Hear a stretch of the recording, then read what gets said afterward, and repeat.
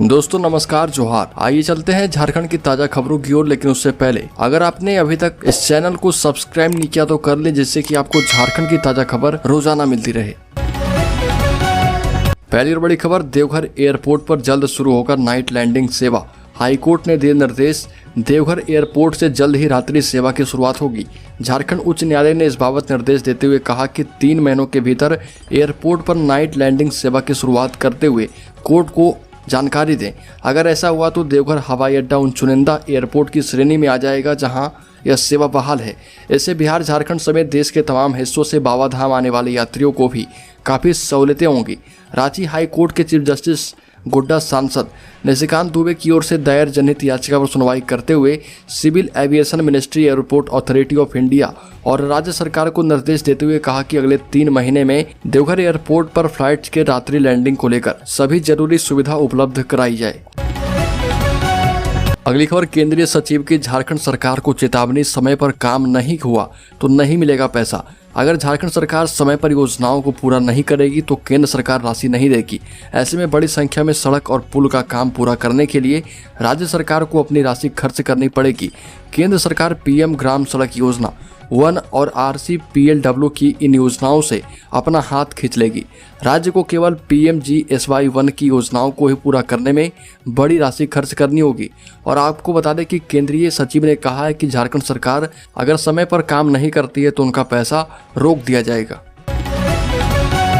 अगली खबर, मुख्यमंत्री हेमंत सोरेन ने कहा कि जनता हक के साथ BDO ऑफिस सहित अन्य कार्यालय जाएं, पेंशन सहित अन्य कार्य के लिए आवेदन दें। अगर कोई अधिकारी काम नहीं करे तो उन्हें निश्चित रूप से दंडित किया जाएगा। मुख्यमंत्री हेमंत सोरेन ने कहा कि धनबाद शहर को ट्रैफिक जाम से मुक्ति दिलाई जाएगी और झारखंड देश का इकलौता राज्य बन चुका है जहाँ यूनिवर्सल पेंशन योजना लागू कर दी गई है। अगली खबर, नरेंद्र मोदी के देवघर कार्यक्रम में निर्बाध बिजली को लेकर अधिकारियों को मिले निर्देश। पीएम नरेंद्र मोदी के देवघर कार्यक्रम को लेकर तैयारियां तेज कर दी गई है। बिजली आपूर्ति गिरिडीह के GM परितोष कुमार ने देवघर विद्युत अंचल के अधिकारियों, अभियंताओं और कर्मियों, आउटसोर्सिंग एजेंसी के प्रतिनिधियों के साथ बैठक करते हुए श्रावणी मेले की तैयारी की समीक्षा की। पीएम विजिट एवं श्रावणी मेले के पूर्व 8 जुलाई तक सारी तैयारियां पूरी करने के निर्देश दिए। GM संतोष कुमार ने कहा कि 8 जुलाई तक सभी कार्य पूरे होने चाहिए। 10 जुलाई से मेले ड्यूटी में लगने वाले अतिरिक्त अभियंताओं, कर्मियों एवं गैंगमैन की ड्यूटी लग जानी चाहिए। पीएम कार्यक्रम में निर्बाध तौर पर बिजली आपूर्ति हो, इसको सुनिश्चित किया जाना चाहिए। अगली खबर, पीएम मोदी के देवघर आगमन होते ही उन्हें धार्मिक नगरी का एहसास दिलाने का प्रयास किया जाएगा। देवघर एयरपोर्ट से बाबा मंदिर एवं देवघर कॉलेज मैदान तक सड़क किनारे साधु संत के बेस में 1000 लोग खड़े रहेंगे। इस दौरान रुद्राक्ष की माला एवं हाथों में कमंडल भी रहेगा। सांसद डॉक्टर निशिकांत दुबे ने इसके लिए भाजपा कार्यकर्ताओं को तैयार रहने को कहा और कहा कि आम लोग भी चाहे तो अपने पीएम का अलग अलग तरीके से स्वागत कर सकते हैं। सांसद महोदय ने कहा कि अभी 1000 लोगों को देवघर के कलाकार एवं उनकी टीम के द्वारा तैयार किया जा रहा है। इसके लिए कार्यकर्ताओं में पूरा उत्साह है। सांसद निशिकांत दुबे ने देवघर वासियों से कहा कि पीएम का कार्यक्रम सफल बनाने में मदद करें। अगली खबर, झारखंड में PhD करने वाले सावधान, सरकार की नई व्यवस्था से होगा नुकसान। आपको बता दें कि झारखंड के विश्वविद्यालयों से PhD करने वाले अभ्यर्थी यहाँ के कॉलेजों में सहायक प्राध्यापक के पद पर होने वाली नियुक्ति में पिछड़ सकते हैं। इसका कारण यह है कि नियुक्ति में PhD के लिए अब तक संबंधित विश्वविद्यालय की नैक ग्रेडिंग के आधार पर मिलेंगे। झारखंड के विश्वविद्यालय की स्थिति यह है कि नैक ग्रेडिंग में ही वो पिछड़े हैं। राज्य सरकार ने सहायक प्राध्यापक नियुक्ति को लेकर रूल बुक में बदलाव कर दिया है, जिसमें नए ग्रेडिंग के आधार बनाए गए। अगली खबर, रांची में कोरोना से होने लगी मौत। 141 दिन बाद एक मरीज की मौत। जमशेदपुर NIT में 10 स्टूडेंट मिले कोरोना पॉजिटिव। झारखंड की राजधानी रांची में देर रात एक कोरोना संक्रमित की मौत हो गई। मृतक ओरमांझी के रहने वाले थे। हालत गंभीर होने पर उन्हें मेडिका अस्पताल में भर्ती कराया गया था, जहां वो संक्रमित मिले थे। इलाज के क्रम में उनकी मौत हो गई। और आपको बता दें कि रांची जिले में 141 दिन के बाद कोरोना से पहली मौत हुई। रिम्स के ट्रामा सेंटर में 13 फरवरी को एक संक्रमित की जान गई थी। आपको बता दें कि 5 दिन पहले जमशेदपुर में भी कोरोना संक्रमित की मौत हो चुकी है। अगली खबर, झारखंड के 261 सरकारी स्कूलों में शुरू होगी प्री प्राइमरी की पढ़ाई। झारखंड के 261 सरकारी स्कूलों में इस साल प्री प्राइमरी कक्षा की पढ़ाई शुरू होगी। इसके लिए स्कूलों का चयन कर लिया गया है। इनमें सर्वाधिक 28 स्कूल बोकारो जिले के हैं। इन स्कूलों में कुल 7092 बच्चे नामांकित होंगे। स्कूलों में बच्चे की संख्या भी तय कर दी गई है। समग्र शिक्षा अभियान के तहत चयनित इन स्कूलों में पूर्व बालकों की देखभाल और शिक्षा के तहत चाइल्ड फ्रेंडली बेंच डेस्क खरीदे जाएंगे। कक्षाओं में बच्चों को बेहतर माहौल देने एवं खेल खेल में पढ़ाई सुनिश्चित करने के लिए पेंटिंग भी की जाएगी। अगली खबर, झारखंड में कोरोना संक्रमण का मामला धीरे धीरे फिर से बढ़ने लगा है। राज्य सरकार के कोविड बुलेटिन के मुताबिक राज्य में पिछले 24 घंटे में कोरोना संक्रमण से एक मरीज की मौत हुई, जबकि एक्टिव मरीजों की संख्या 344 हो चुकी है। 4 जुलाई को कुल 6,491 सैंपल की जांच की गई थी। कोविड-19 संक्रमण में रांची में एक व्यक्ति की मौत के बाद उपायुक्त छवि रंजन ने लोगों से सावधान रहने की अपील की। उपायुक्त ने कहा कि सामान्य स्थिति में संक्रमण से मौत गंभीर बात है। राजधानी रांची में कोरोना संक्रमण के एक्टिव केस की संख्या 135 हो चुकी है। राजधानी में बढ़ते कोरोना संक्रमण के मामले को देखते हुए डीसी छवि रंजन की अध्यक्षता में जिला कोविड-19 टास्क फोर्स की बैठक हुई। अगली खबर, रांची हिंसा मामले में जांच हुआ कन्फर्म। उपद्रव में उत्तर प्रदेश का कनेक्शन सामने, दबोचे जाएंगे उत्तर प्रदेश के 3 आरोपित। रांची के मेन रोड में 10 जून को जुमे की नमाज के बाद उपद्रव, पत्थरबाजी एवं गोलीबारी मामले में चल रही रांची पुलिस के अनुसंधान एवं राज्य सरकार की 2 सदस्यीय उच्च स्तरीय जांच में भी उत्तर प्रदेश का कनेक्शन सामने आ चुका है।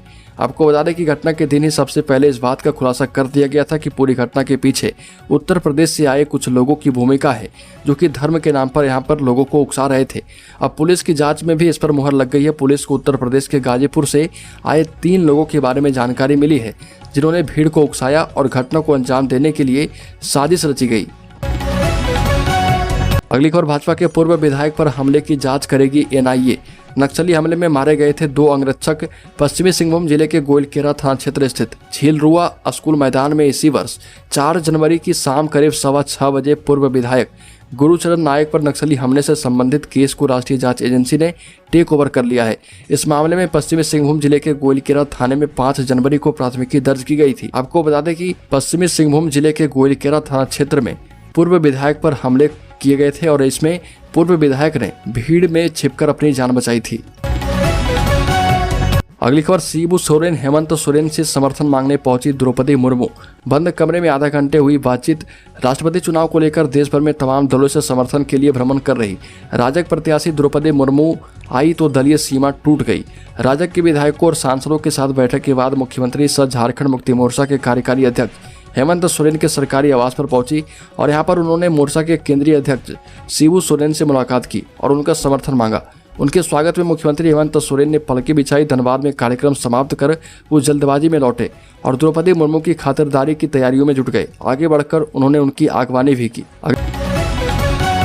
अगली खबर, संताल परगना को राज्य के नेताओं का प्यार खूब मिल रहा। झूल दिवस के मौके पर बीते दिनों ही सीएम गोड्डा और साहिबगंज की यात्रा पर लौटे हैं।